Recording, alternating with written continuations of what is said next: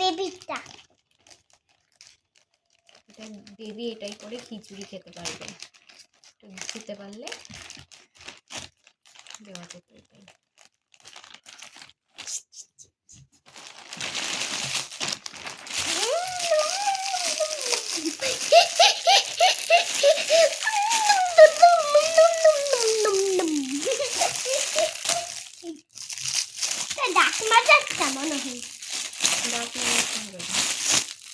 দেখো আগের বার সানভির অর্ডার করেছিলাম,